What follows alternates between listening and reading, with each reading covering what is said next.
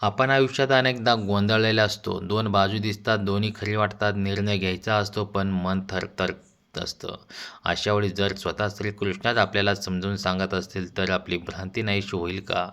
आजच्या ज्ञानेश्वरीतील ओवी अर्जुनाच्या गोंधळावर नाही, तर ते आपल्या सगळ्यांच्या गोंधळावर उत्तर देणारी आहे. आज आपण पाहणार आहोत ज्ञानेश्वरीतला दुसरा अध्याय, ओवी क्रमांक 87. मित्रांनो, या चॅनेलवर ज्ञानेश्वरी संत साहित्य खोल आध्यात्मिक अर्थ नियमितपणे येत असतात. तुम्हाला हा कंटेंट उपयोगी वाटत असेल तर सुपर थँक्सच्या माध्यमातून थोडासा तरी आधार देऊ शकता. तसेच चॅनल मेंबरशिप घेऊन तुम्हाला विशेष व्हिडिओ आधी रिलीज आणि फक्त मेंबर्ससाठी स्पेशल चर्चा यांचा लाभ मिळतो. तुमचा प्रत्येक पाठिंबा हा ज्ञानाचा प्रसार पुढे नेतो. मित्रांनो, व्हिडिओ आवडला तर लाईक करा. अशा ज्ञानदेही ओव्या नियमितपणे ऐकण्यासाठी चॅनलला सबस्क्राईब करा आणि हा व्हिडिओ त्या व्यक्तीला शेअर करा जी आज गोंधळात आहे, निर्णयाच्या उंबरठ्यावर उभी आहे. तैसे विवृत असे स्त्री अनंतू, तया दोन्ही सैन्यांतू जया परिपार्थू भ्रांती सांडी.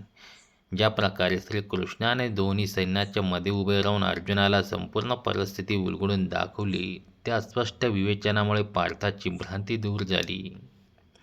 तैसे विवर्तो असे स्त्री अनंतू. इथे विवर्तो म्हणजे फक्त बोलणं नाही, तर पूर्ण उलगडा करून सांगणे.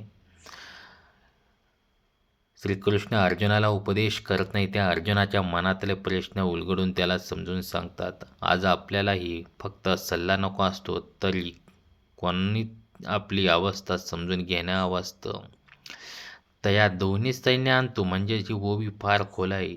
दोन्ही सैन्य म्हणजेच कौरव पांडव नव्हे. एक सैन्य कर्तव्य, दुसरे सैन्य भावना. एक बाजू समाज, दुसरी बाजू स्वतःचं मन. श्रीकृष्ण मध्ये उभे राहतात.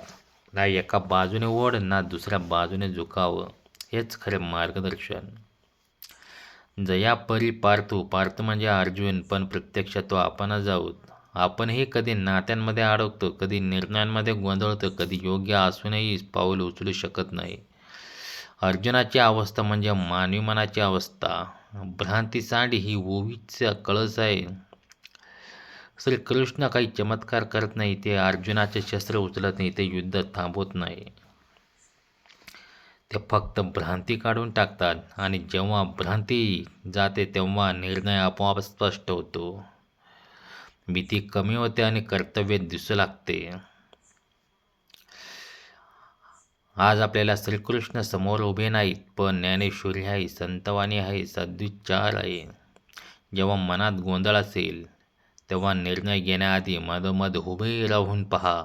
भावना आणि कर्तव्य यांच्यात समतोल साधा. भ्रांती गेली की मार्ग आपोआप सापडतो. जर ही ओवी तुमच्या मनाला स्पर्श करून गेली असेल तर कमेंट्समध्ये एक शब्द लिहा, भ्रांती दूर झाली. पुन्हा भेटूया अजून एका ज्ञानेश्वरीतील ओवीसोबत. तोपर्यंत जय हरी माऊली.